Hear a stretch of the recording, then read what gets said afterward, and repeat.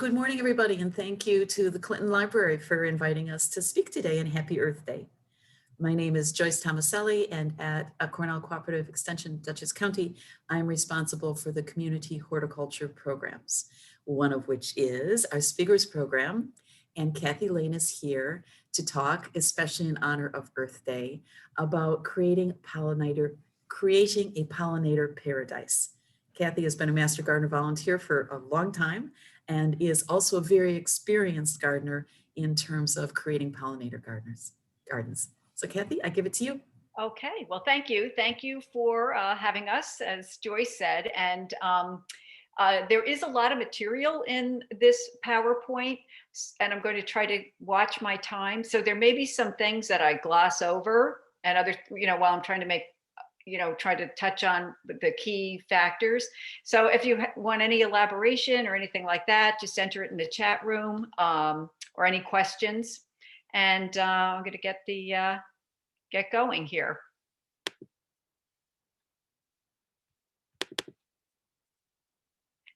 Okay, always takes me a minute to find my, there we go, nope, where are we? This is showing up differently than, where's my, oh, there it goes. Slideshow.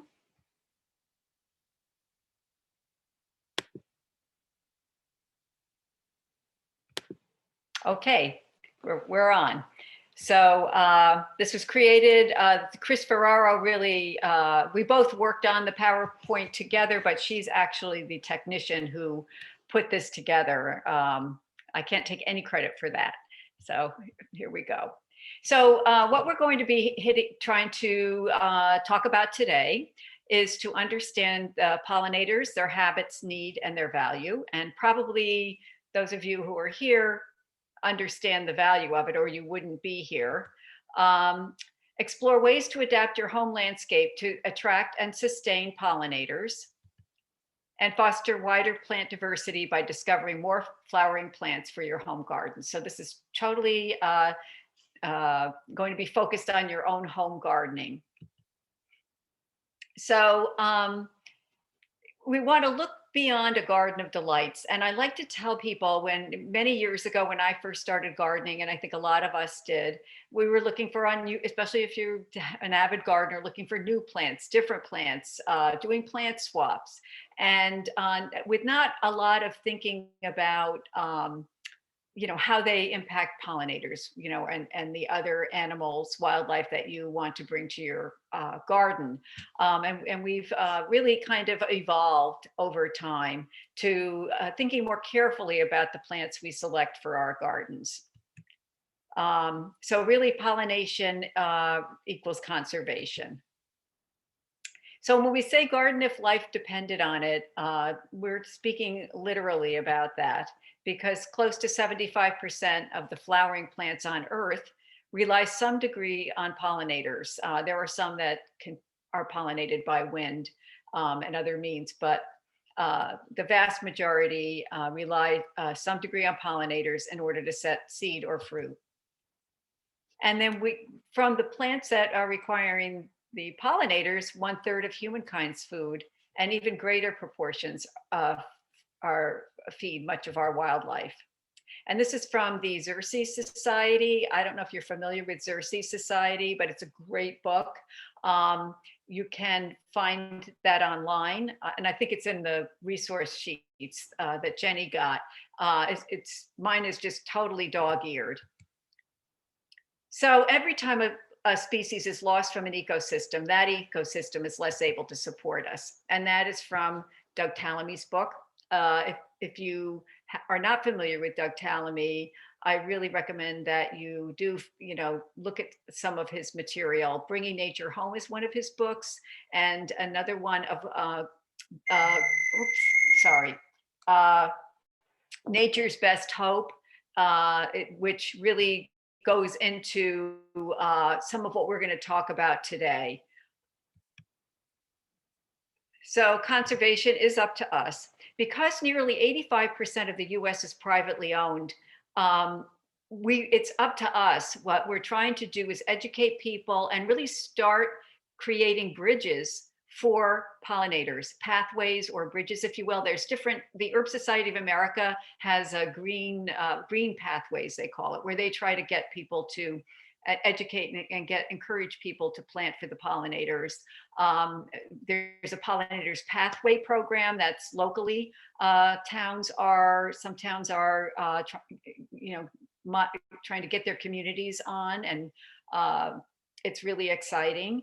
And Talamy calls it something else, but it's the same concept, that the way we are going to bring, keep the pollinators with us is through our own efforts in our own home gardens and creating these pathways, if you will, for them to survive. So this is what we're going to be focusing on. How do we design our gardens to support these very important pollinators? So residential landscapes must be redesigned to store carbon, manage our watersheds, and support the diverse pollinator populations and complex food webs. What's pictured here is one of my favorite shrubs. It's the bottle brush buckeye. It is a native to the United States, eastern United States. It actually technically is not a native in New York State, but does very well here. And if you have a lot of room, it's a humongous shrub. It's a wonderful shrub. The hummingbirds love it. Bees love it. You see everything in it. And it's totally, carefree. We had a tree fall on it, and we cut the tree off of it. I mean, a substantial tree that had to be chainsawed off of it. And it's back. And I never water it. It's the pest, it's just a wonderful shrub. So if you have a lot Cathy, of, yes. And if you know of anyone, hint, hint, that has bottle brush buckeye, you can grow it from seed. Hint, hint. Thank you. Oh, you're welcome. If you would like a piece, I'd be glad to share it.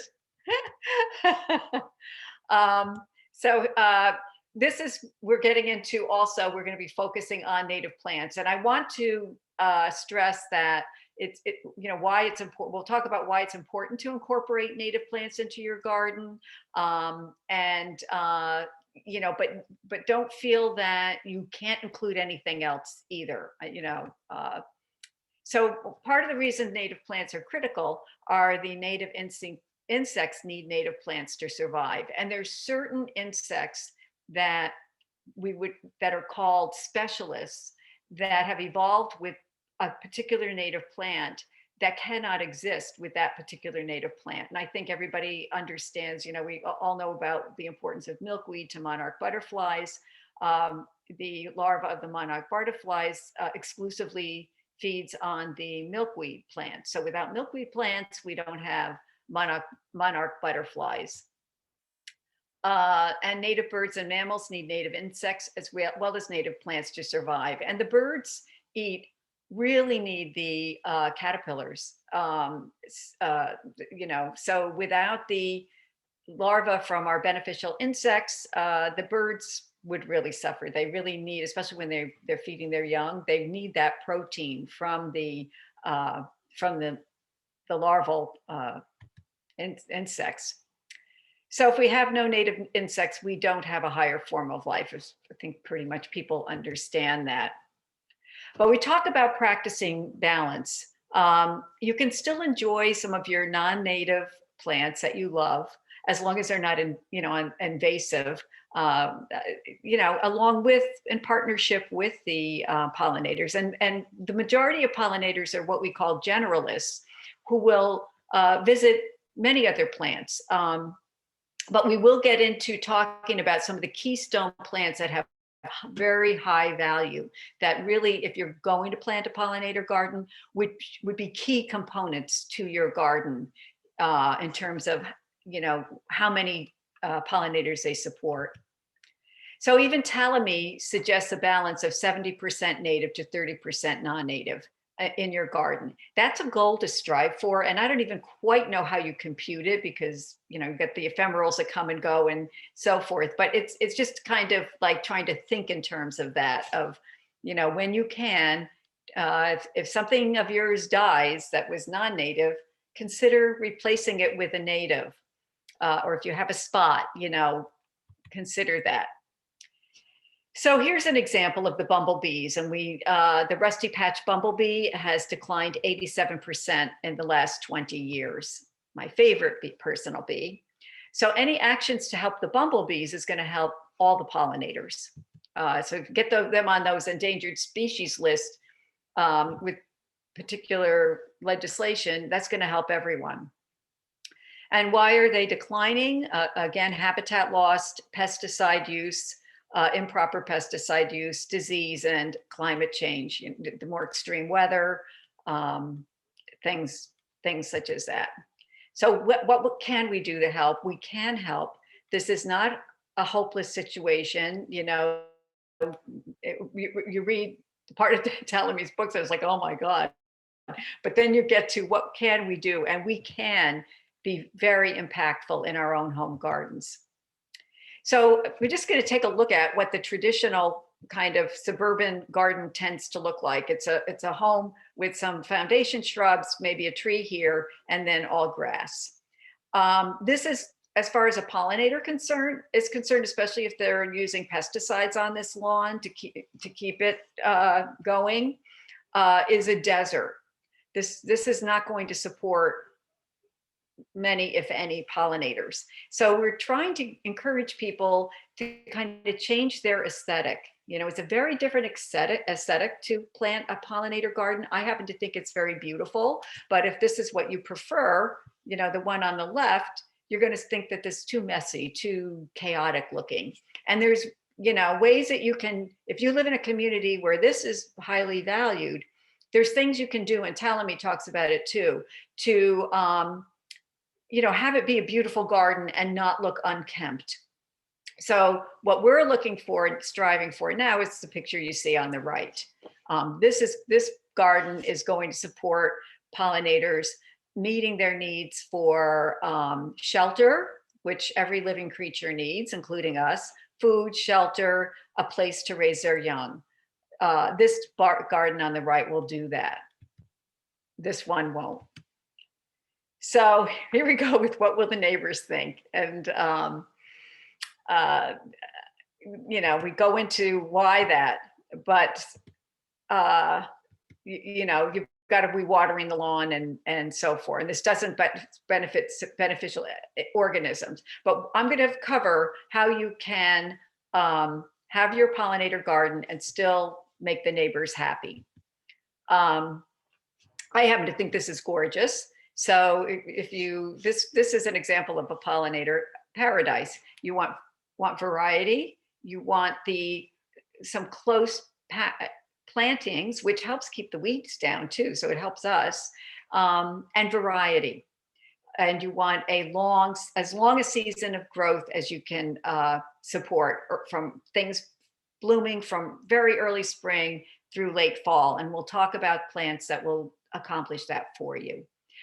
Depending on the size of your yard, one of a kind of just a rule of thumb would be to have 3 different varieties of early spring blooming pollinator plants. And then for the summer, 3 different varieties, and for the fall, 3 different varieties. If you minimally can meet that, you will be supporting a pretty good array of pollinators. So here's the pollinators. Bees are the biggest workers. They're the biggest pollinators. And then you do have what we love to see in our garden, butterflies and hummingbirds. We also have moths and bats in the night gardens, flies, spiders, and beetles. They definitely contribute as pollinators. And then geckos, lemurs, an Australian honey possum, which is a very busy pollinator, not in this country, but Chris found it to be adorable. So she included that. But, you know, here's a picture of a little mammal who's a very important pollinator in Australia. So bees are seeking nectar for energies, and then they are also seeking pollen to feed their young in their nest. So here's a picture of a bee with his honey, the pollen sacs right here, which are fun to see. I don't know how many of you seen them, but you can just observe them in your garden, and you can see these little pollen sacs getting full, which is really fun. So the bees favor bright yellow and blue flowers. They do not see red. Their hairs pick up the pollen, and then they kind of store it in their little pollen sacs. Again, the bees also, this is why it's both better, more aesthetically pleasing to the human eye, but it's important to group your plantings together. So if you have some coneflower, do a nice grouping of it, because the bee can, and other pollinators can spot it. And they also work, they kind of work around. They're going to go all over the different echinaceas or coneflowers you have. Then when that's exhausted, they're going to move on to the next grouping. So, when you do your plantings of, your different pollinator plants, you want them in some grouping so that they're easily seen. And they make a much nicer aesthetic impression. And there is a bee with his pollen sacs full, or her. So the other thing that comes up if people go, I'm afraid of attracting all these bees because I'm going to get stung.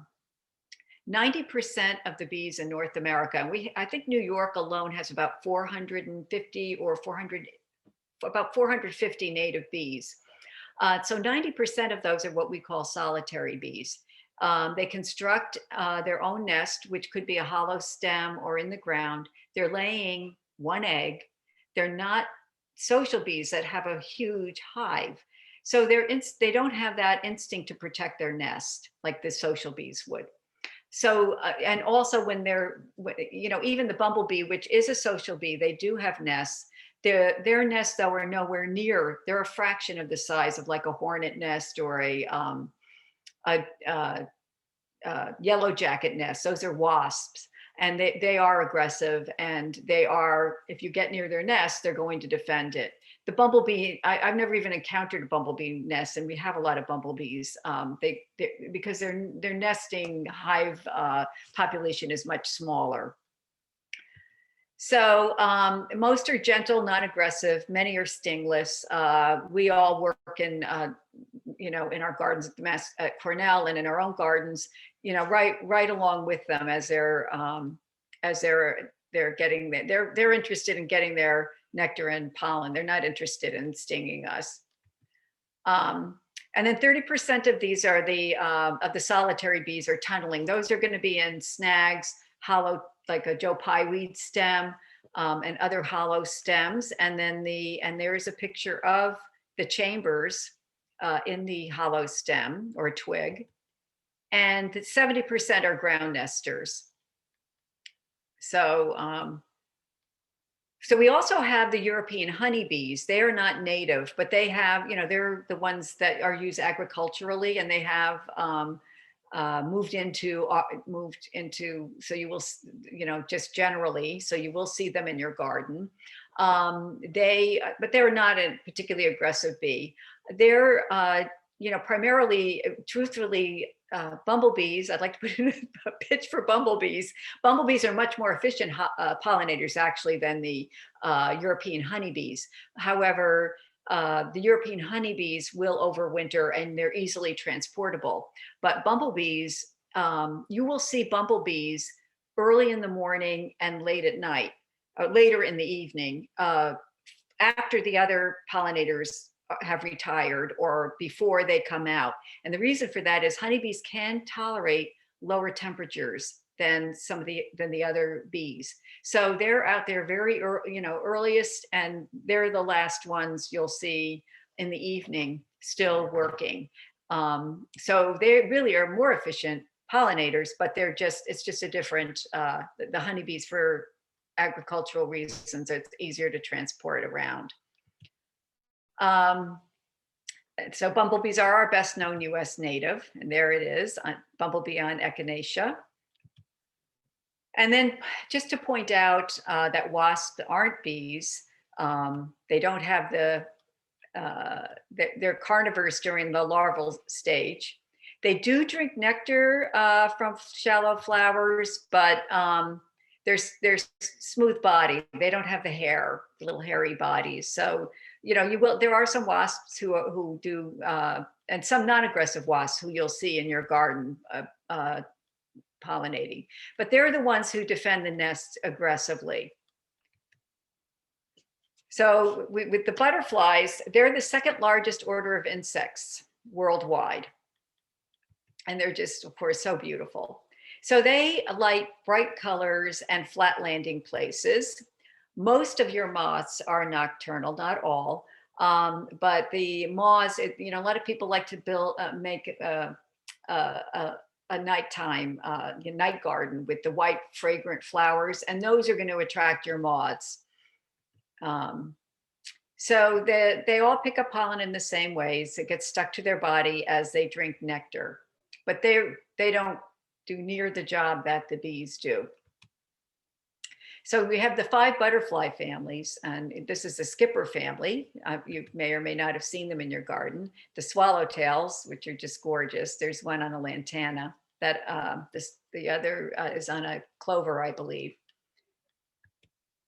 Whites and marbles, sulfurs, gossamer winged, and the brush-footed butterflies, which include the monarch and the fritillaries. Hummingbirds use sight for their plants. So the hummingbird flowers usually have little or no fragrance. They prefer, as we all know, the more tubular, like what you would find on bee balm or honeysuckle, and there are native honeysuckles. There's the invasive ones that we see in all our woods, but there are native honeysuckles that are not, that are great in the garden. And the flowers do have to be able to support their weight. So when they're reaching their beaks and their feathers get the pollen in it, so they also do pollinate as well. And hummingbirds are pretty territorial. They're fun. The bottlebrush buckeye, I was reading once, and all three hummingbirds were like, really after each other for a spot. They're interesting little birds. And this is your hummingbird moth. This you will see, the hummingbird moth you see in the daytime. And they're just, sometimes you have to take a closer look. Is that a hummingbird or is that a hummingbird moth? And they're often in, the bee balm as well, and a lot of the same flowers. And they really get used to people. They'll, be weeding around and they'll be right by me drinking nectar. So they also, like the regular hummingbirds, like similar flowers. And the moths, they're hairy, so they're picking up the pollen as well. So getting into what else we need to include in your pollinator paradise is they need shelter. I think I mentioned that earlier, like all of us. They need nesting sites and materials, like all of us, to raise their young. And they need variety of foods to support the variety of pollinators we want to attract. And we don't want to poison them. We don't want to invite them into our gardens by planting this wonderful garden and then wind up killing them with pesticides. So if we do have a need to use pesticides, we need to use them with care. And we need to, talking about integrated pest management, we want to make sure we're using the least toxic choice to get the job done. And there are also, if you go on the Cornell website, looking up integrated pest management, there are what they call cultural methods that are also noted that you could try before resorting to a pesticide. So places to hide would include a brush pile.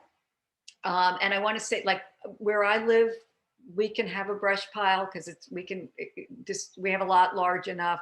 It's about 1.25 acres, and it's kind of surrounded by a wooded fringe where we can keep brush piles without it looking, unsightly. If you don't live in that type of a neighborhood, you can do what's over here. Where's my pointer? By like an untreated wooden structure. You could do a little fence or a little something attractive that will give them shelter and places to hide, but is attractive and won't upset the neighbors. And And ornamental grasses, native ornamental grasses are also great places for them to hide and also support their larval fence. So here again are some alternatives if you cannot do a brush pile. You can do a wattle fence, split rail fence, bare cedar fence, or a rustic arbor, but you just keep in mind to use untreated wood for that. So you can have a very attractive alternative to a brush pile. So shelter from wind, which all of these things will help, is important because they're little bodies, and especially with the global warming, we have some more intense storms. They do need to be able to shelter themselves from the wind. And in 35% reduction in number of flowers be drank from in windy conditions, which makes sense because they're getting blown around. So we need to give them that shelter when breaks. So nesting sites and materials, leave some bare earth around, not only for them to the solitary bees to nest in, but we'll talk about the puddling that butterflies do with the little moist soil. Some people even make their own little puddling sites for them to be able to pick up their minerals. So twigs and branches, hollow stems, these are all good sites. Bumblebees like the base of brush piles. I have several brush piles. I've never run into their nests there, but again, they're not particularly aggressive. So you may have seen these commercially, these things, but Talamy and other sources kind of recommend against this type of thing because these are kind of for these, solitary bees.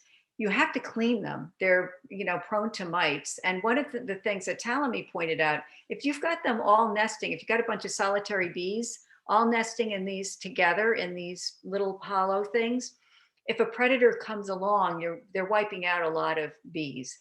So he suggests if you want to do something like that, to make smaller little, and I think we've got a picture of it.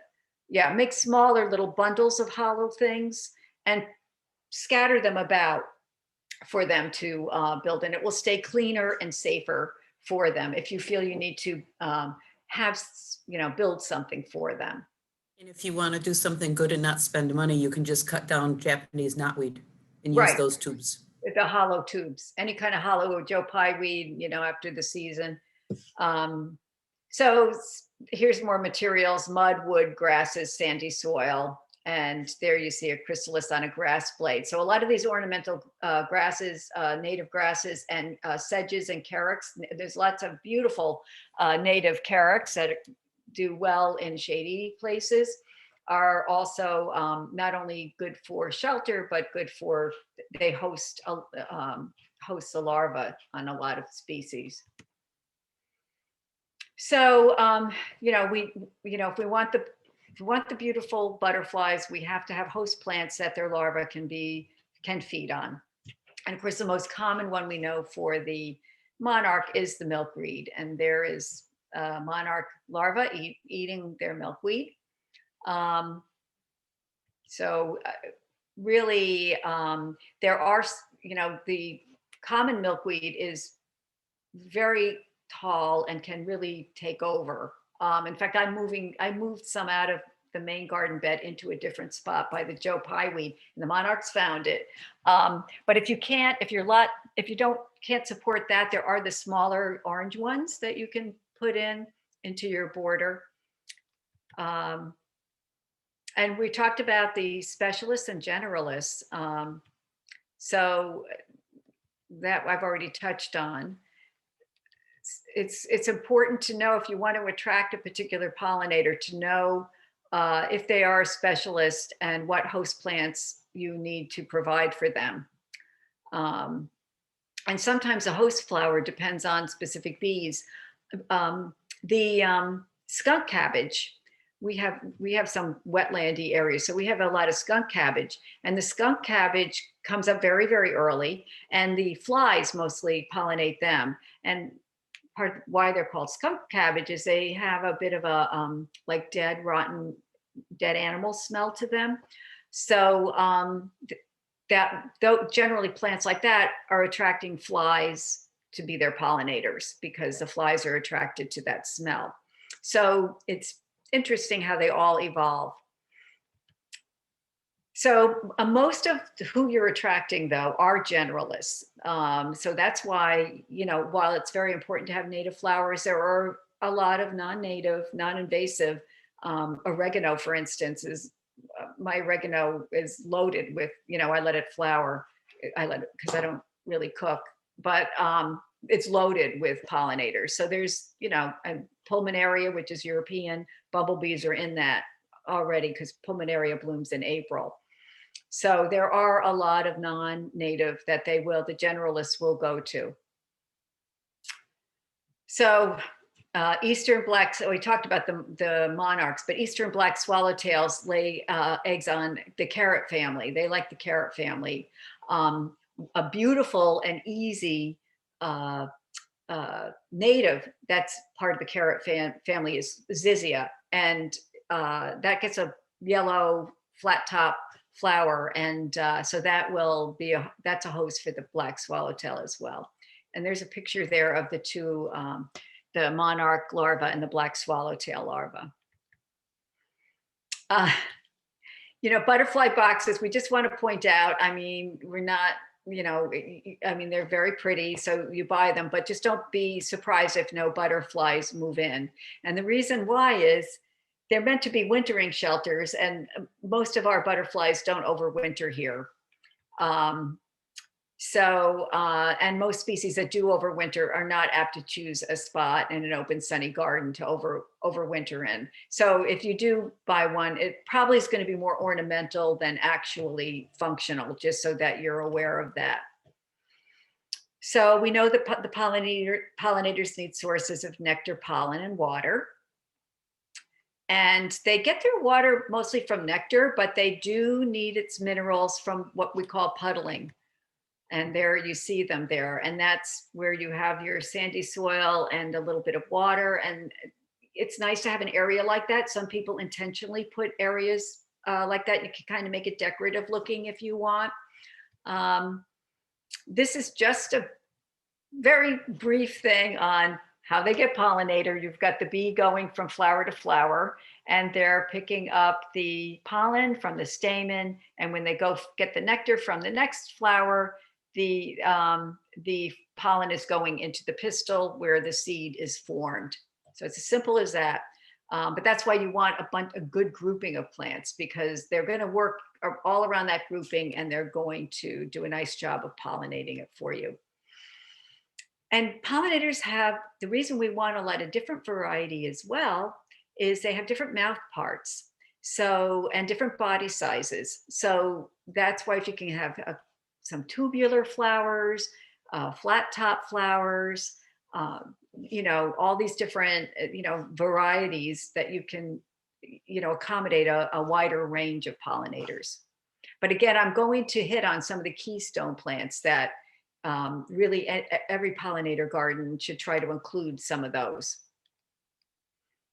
So yeah, bumblebees can reach into tubular flower. They're in the pulmonaria all the time. You just see their little head disappearing. It's very cute.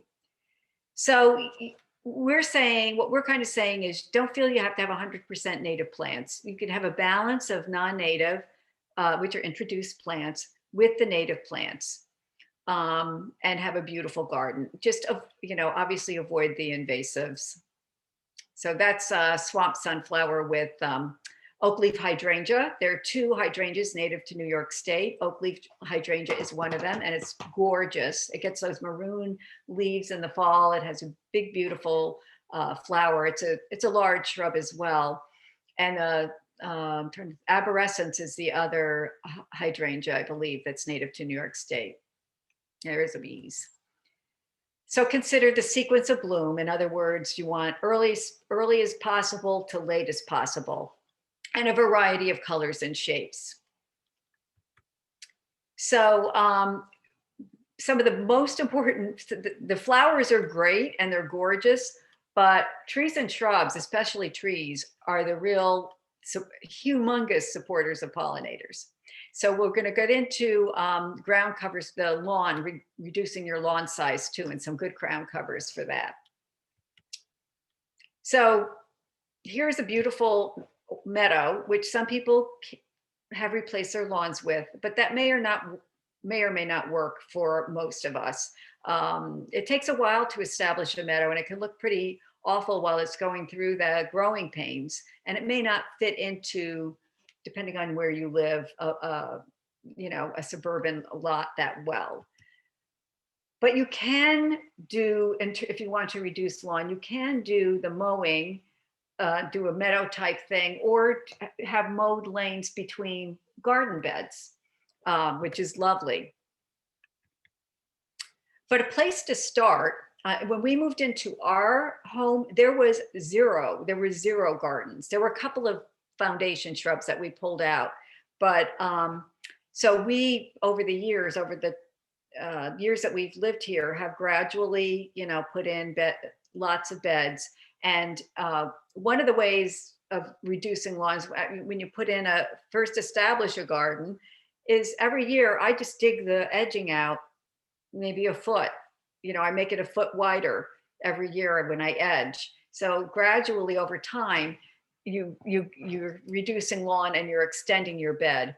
But a really easy and it's important way to reduce your lawn is if you have specimen trees in your lawn, take a large section around that. Or if you have few, like we have trees in our lawn, we have a humongous, you know, totally encased in a garden. But you can take a specimen tree, go around it, and plant native ground cover. And this will serve a few functions. It'll help reduce your lawn, which is kind of a desert for the pollinators. It will provide a native ground cover that will benefit the pollinators, but it will also, when the leaves fall, it's really important. It'll be a way that you don't have to rake up the leaves from that. They really would be better off overwintering in that spot, because the trees provide a lot of eggs are in the leaves. So when the leaves fall, you can leave them there over winter. And then when you get 7 days straight of 50 degrees, you know, reaching 50 degrees or over, that'll give them time to hatch and move out. You can remove the leaves then and put them in compost or wherever. So that's one really easy way to start reducing your lawn size that will really benefit the pollinators, because the trees will support hundreds of pollinators, but it really reduces that if you rake all the leaves away. Here's a lovely and easy ground cover called Golden Star that does well in shade, and it gets those beautiful yellow flowers in it. That would be a great one. And here's one. This is one of the sedges, and you see it under the tree. It's like a flowing grass called Carex pennsylvanica, Pennsylvania sedge. And the sedges and the carexes, the native ones, they do support a lot of the larvae, and they give shelter, and they're carefree. And there's ones, a lot of them can tolerate shade, the broadleaf sedges. I have some in my garden, and if you ever walk the Vanderbilt back loop, there's a lot of it growing in the woods there along the trail. And then there's little blue stem, which is a beautiful, beautiful native grass. And there's other flowering ground covers. Personal favorite of mine is the woodland phlox, native, that just spreads everywhere. I bought a tiny, tiny one years ago at a native plant sale, just one tiny one, and it just spreads gradually all over the place. And then the other plants in the garden can just grow up through it. But it's a wonderful early spring flowering native.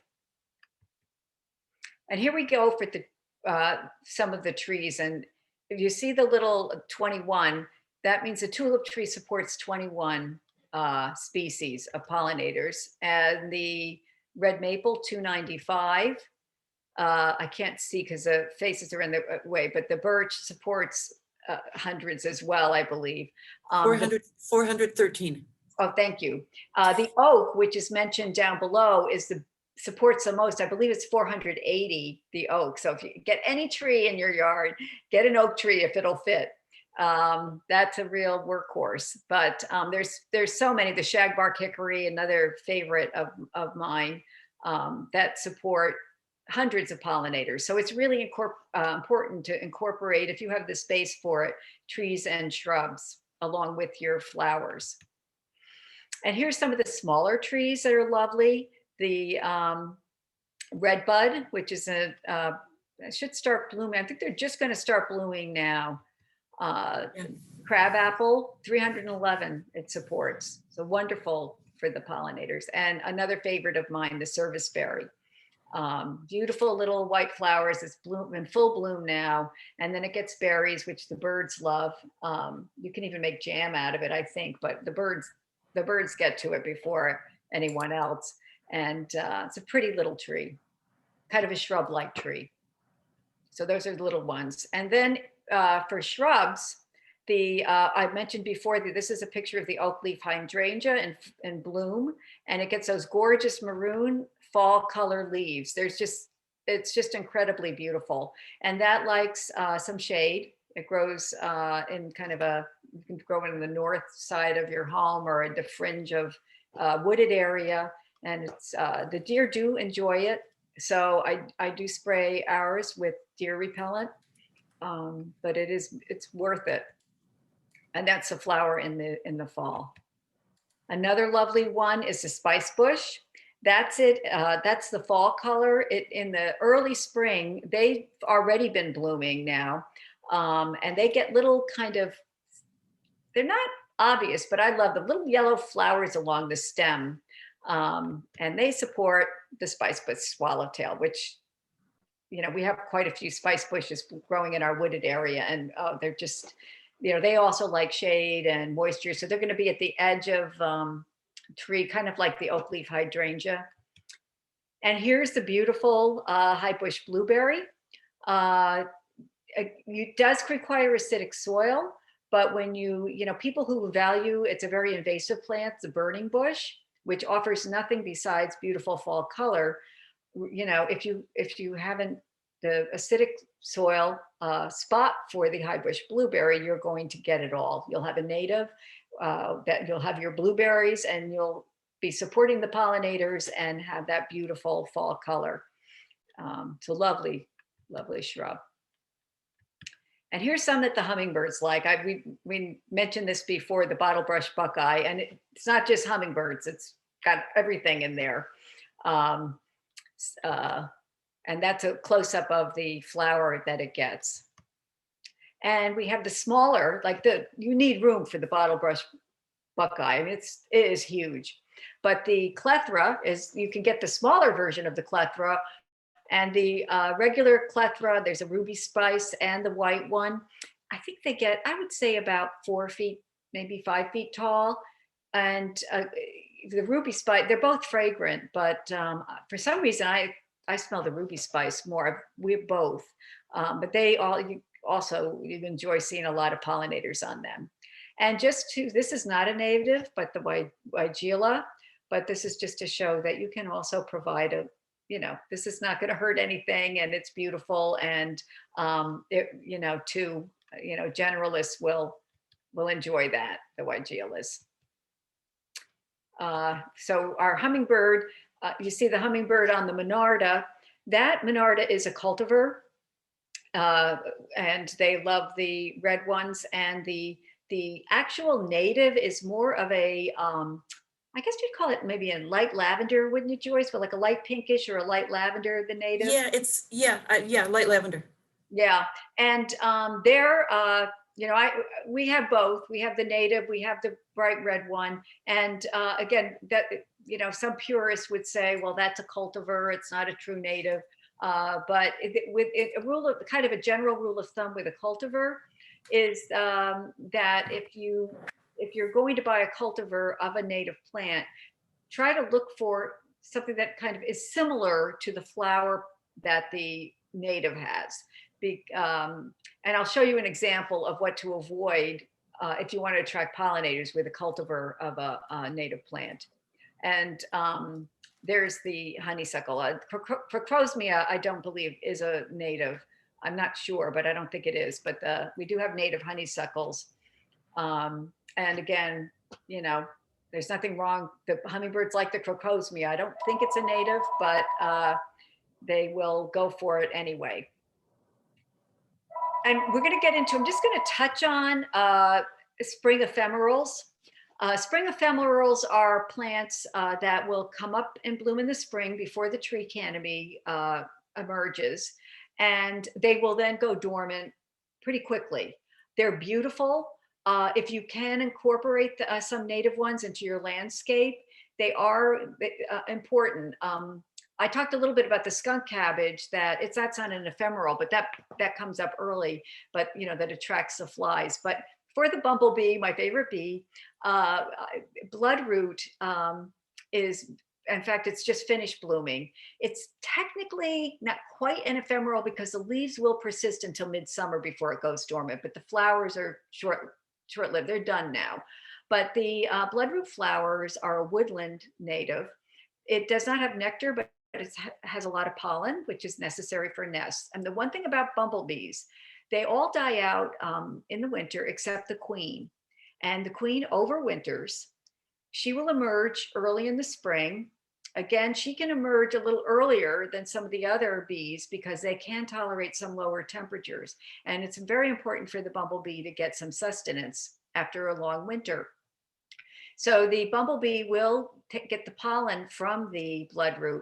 They will lay their first set of eggs in the nest, and that pollen will be the food for the eggs. Once the her nest eggs mature into bees, she'll stay and hurt the nest, and the other bees will come out and feed. But the bloodroot is one of the earliest you'll see, and you see the bees in it. The interesting thing about them is their seed dispersal is done with ants. So the seeds have a covering that is very tasty to ant larvae. So the ants collect the seeds from the bloodroot, they bring it to their nest, feed their larvae with it, and they then remove the seed because they don't want to eat the seed. They're interested in the outer coating. They move the seed to their disposal chamber, which is very rich. It's like a compost pile. And the bloodroot will grow. So the fun part about the bloodroot and some of these other ephemerals that are seeded the same way is I planted years ago bloodroot in the little woodlandy thing that still is coming up to this day. But I was surprised to see they are all over the place. They're in the sunny garden where they thrive. They're everywhere. And it's so much fun to see where the ants have their little nests and where they've planted the seeds. They come up everywhere. It's one of my favorite plants. But there's others, marsh marigold, if you have a moist kind of boggy area. It's beautiful, it's in bloom now with bright yellow flowers. The trout lilies are in bloom right now with kind of a mottled foliage and a beautiful little lily thing. So do consider the spring ephemerals. Mark the area where you plant them though, because they are going to disappear. So you don't want to inadvertently dig them up. And the other thing we need to remember is fall bloomers to fuel migration. One of the things I talk about is the milkweed that is essential for the monarchs. But what is equally important for them, because they migrate, is to have late fall blooming, like the asters and the goldenrod for them. So, we have those short windows, plant densely for that efficient foraging that they need. So here's some perennials for spring bloom. The Baptisia, whoops, what did I just do? I think let me go back. Oh no, I want to go forward. The Baptisia on the left, false indigo. Again, another easy plant. It gets very attractive seed heads. One thing to keep in mind is wherever you plant it, you're going to keep it there because it grows along taproot, so it's not easily transplanted. But they're again, another lovely carefree plant with very attractive ornamental seed heads, and that is a native. The Tradescantia in the middle, Ohio spiderwort, is again, I'm going to put a plug in for that. Penn State University did a study a few years ago on plants that bumblebees prefer, and it's something to do with the protein nectar ratio, which I'm not even going to, I never remember numbers well, but Tradescantia is one of there's three that they talked about, senna and Culver's root and Tradescantia are their top favorites.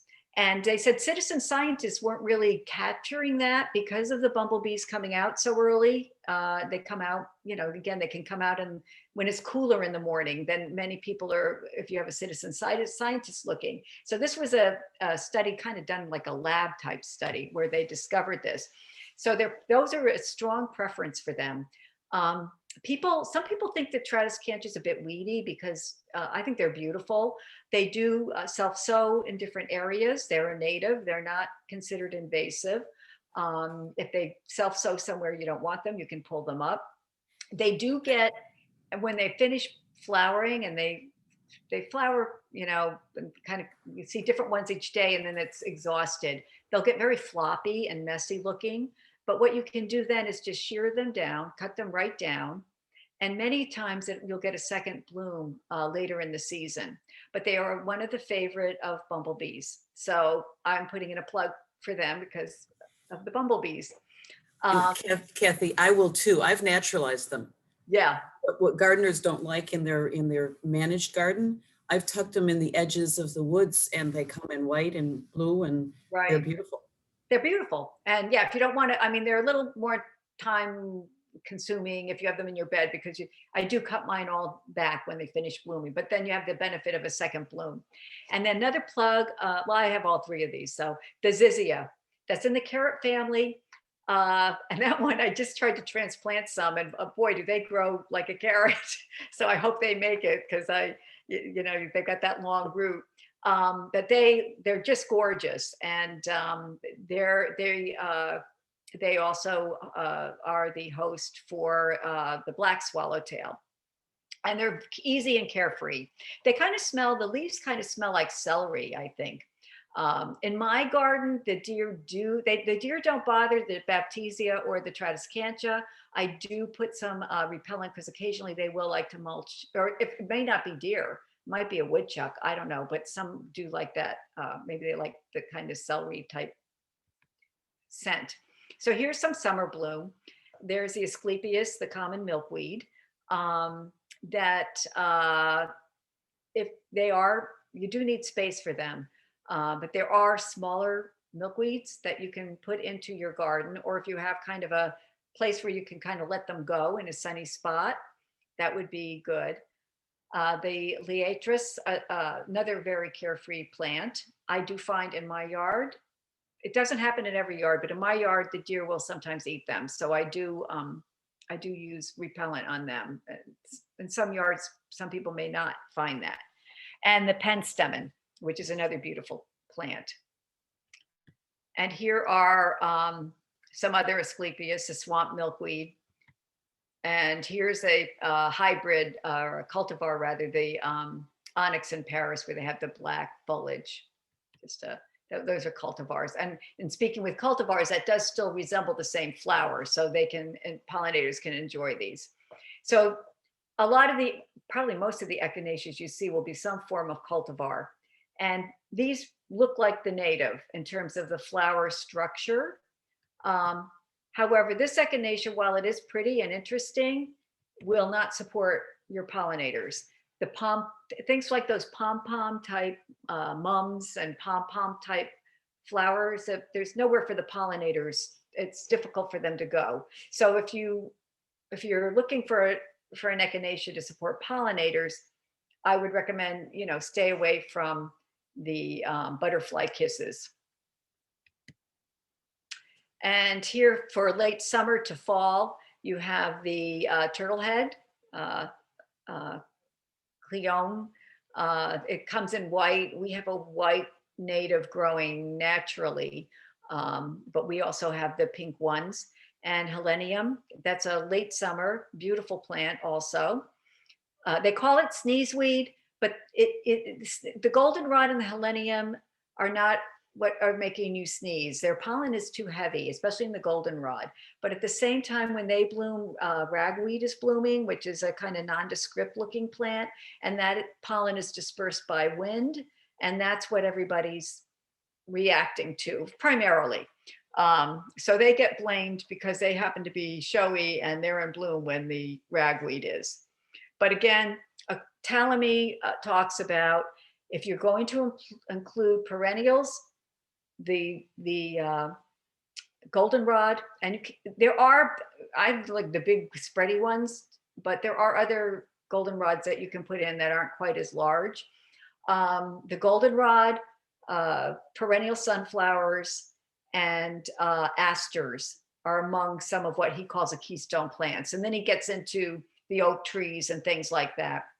One of the things you can do, and I believe it's in your resource list, is go on the National Wildlife Federation website and their native plant database. Talamy has worked with them on that. And you will find a list of trees and perennials, and they will have the, like we'd seen in the earlier slides, they will have the number of pollinators that they support. So if you're doing some plant selection, that's a good reference for you. And then again, this is here we have the asters. And if you're going to put chrysanthemums in your yard, get the daisy type chrysanthemum. The pom-pom ones aren't going to support, you know, again, that pom-pom shaped flower. I mean, you can put it in if you like it, but it's not going to support, if you're planting for pollinators, go for the daisy type. And then I love the calico aster. We had it at one of our plant sales. I absolutely love it. I did make the mistake of putting it in a front garden bed where it is pretty big. So I relocated it next to our Joe Pye weed. But it's a beautiful big aster with tiny flowers that the pollinators love. And that is a native as well. Before I get into pesticides, I'm going to just talk a little bit about the cleanup, fall cleanup. It's important to keep the seed heads up for the birds and so forth. And also the, like plants like Joe Pye weed have the hollow stems for nesters. So the problem can occur, or the conflict a little bit of aesthetics. You know, is your garden going to look messy in the fall? You may have some household members who don't like that look either. And Talamy has some suggestions. What I've been doing is our very front garden, I'll wait as long as I can. And then the Joe Pye weed, I have a huge stand of it. I cut the stalks, keep them together, and I have been carrying them off to like a brush pile where they're sheltered. One of the things he also recommends is you can tie them together and move them to the back and just, you know, prop them up. And they're out of the way, they're in the back. The back of our yard, I just leave everything up. And then I wait till there's 7 days consecutive, 50 degrees or above, before I cut the stalks down. But so there are things you can do in the front. And also if you have your ground cover around the tree, you can just leave the leaves there. That won't look so bad. So there's things you can do in the front that will still help the pollinators, but also keep your neighbors happier and maybe family members where, you know, it looks tidier. So, you know, I just want to recommend that and not be worried about that. You can still, you don't have to necessarily whack them down and put them and then kill everybody. You can move them to the side. So when you look at pesticide care, all of these insecticides and fungicides and herbicides can be very harmful and fatal to pollinators. So a lot of the average person just goes to the store, they see some bugs, they may not even know what the bug is. It's important to first identify what you're seeing because that might be a beneficial insect that you don't want to kill. But a good again, I would suggest you go to the Cornell website for integrated pest management, because it's important. People, for instance, scale that can get on Pachysandra. A lot of times people will buy a broad poison for that, and they're spraying it at the wrong life cycle stage. They're spraying a poison on something that it's not going to kill it, because they've already got the waxy shield over them. So it's really important to identify the pest, see if you can live with a little bit of damage, or if it's infested, do you really need that plant? I had a hibiscus plant that I just pulled out because it was too infested with the hibiscus larva thing that decimated it. And so I didn't want to use poison, so I got rid of the plant. So you can consider that. But if you do use a pesticide, never ever spray when it's in bloom, because the pollinators will get on them and get poisoned. And make sure you've identified the pest. Take a look at what, is it a beneficial insect? You don't want to kill it. If it isn't, you want to make sure that you use the least toxic method possible to deal with it. Like aphids, you can spray them, or you can just spray them with a hose, and they're soft bodied. I go up and down, I just kind of squish them in my garden gloves. So there's other things you can do before resorting to that. Okay. So this is just kind of talking about what currently happens with a lot of people. So all of these insects can get destroyed. And I think sometimes people are killing a beneficial insect too without realizing it. So going back to integrated pest management, and I've run out of time, but I've already talked about that. So we've gone over that, because I see my time is up. So, and the end is be brave. That different aesthetic is once you get used to it, you're not going to like the look of the other yard with a lawn and one tree. So sorry, I ran a tad over. If there's any questions. You can either unmute yourself by pressing the somebody raised bar. their hand. Somebody I didn't, whoever raised it was me. Oh, hi. Hello, I'm Melissa Coxwell. Hello. I was just, I have like a blank canvas, but how do you even begin? Because there is a lot of space, and, it does take a lot of money to like establish a really big garden, but what do you recommend for just kind of starting small to get rid of the desert? Yes. Well, again, we had the same issue, an acre and a quarter of basically nothing. So we just start, maybe we started with the front of our house. We ripped out some shrubs, and we just started with putting a garden in the front of our house. And, or you can find a spot that you think lends it. We also had a spot where no grass grew, so we made a garden out of that. So some of the keystone plants for the front of your house might be a little too big, like the goldenrod. I don't know if you have fringes. I also did a little planting. We're kind of bordered by trees and shrubs all around between the homes. So I started also at the edge of that, just putting in some of the goldenrods and things like that. I kind of put things in along the fringes. So I would say, just every year, try not to be overwhelmed, because whatever you do is going to make a difference. So if you can find, just do a little garden plot right now and include some spring blooming, summer blooming, and late fall blooming plants in just one little garden, you're going to make a difference. And then you can expand on that each year. Be careful. Say also watch your land. Where do you truly have sun? Where do you truly have shade? Full sun is 6 hours a day. And it's a lot easier to move perennials around than it is to move shrubs. Yes. And it's a lot easier to move shrubs than it is a tree. And trees and shrubs are best planted in fall.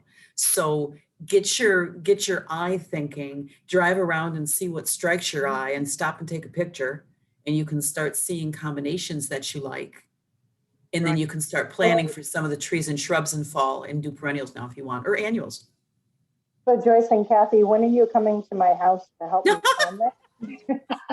You haven't seen my land, ask Kathy.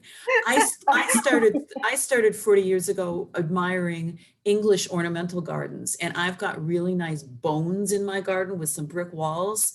And then I worked full-time all my life, so I've got places I now need to pull out the wisteria that I tucked in one summer.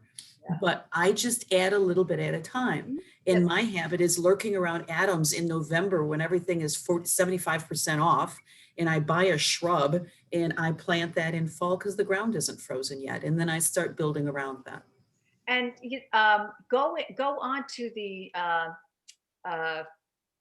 National, Wildlife Federation native plant database, and you can look at some plants with the, and it will tell you how many pollinators it supports. So you might be able to pick some plants from there. Most local nurseries do have some native plants, and you can request them. They really encourage you, request it from your nursery rather than ordering, because you want the nurseries to get into to start understanding that consumers want these native plants. Most of the plants I got were from local nurseries. Yeah, me too. Yeah. So, but yeah, start small. It can be overwhelming, and just take it a piece at a time. So, any other questions? There were a few things in the chat. I did confirm you were correct. Crocosmia is not native. It doesn't have any invasive tendencies. Another point was where, stick with natives, because sometimes you can have, the example was California lupin might be a problem with some of our native butterflies. So using things that are more to the Northeast is going to have a better harmony with the insects of our Northeast. Yes.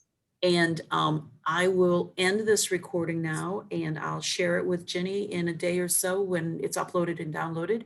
And Do you she can have share like contact information that you can reach out to one of you for any other questions? Yeah, I put in my, hang on, I can't type and speak at the same time, although that is surprising. 225 at, I can't even type correctly. So here at Cornell, JDT225 at cornell.edu, I answer diagnostic questions. It's a little too broad to say, how do I design a garden? But I can send you some guidelines for you to read. I can send you sources that Cathy mentioned today, and also help out with what's wrong with this plant or what's this bug. It's one of the things that we do. Last year, I answered almost 1,000 diagnostic questions as everyone was home gardening. Right. And those gardening. references, the reference materials that you'll got that Joyce sent to Jenny will have, I don't know if they have design ideas exactly, but some of the book, I'm trying to think if Xerces might I think Xerces has some kind of little garden suggestions. I think, I'm going off the top of my head, one of those books does. So you might, you might want to check some of those out too. Probably even Get them at your library. Yes, that's right. But well, thank you everyone for joining us. Jenny, thank you Clinton Library for hosting us. And Cathy, thank you so much for sharing all your experience. And we'll see you again tonight. Thanks, Thank you everybody. so much, everyone. Thank you. Bye.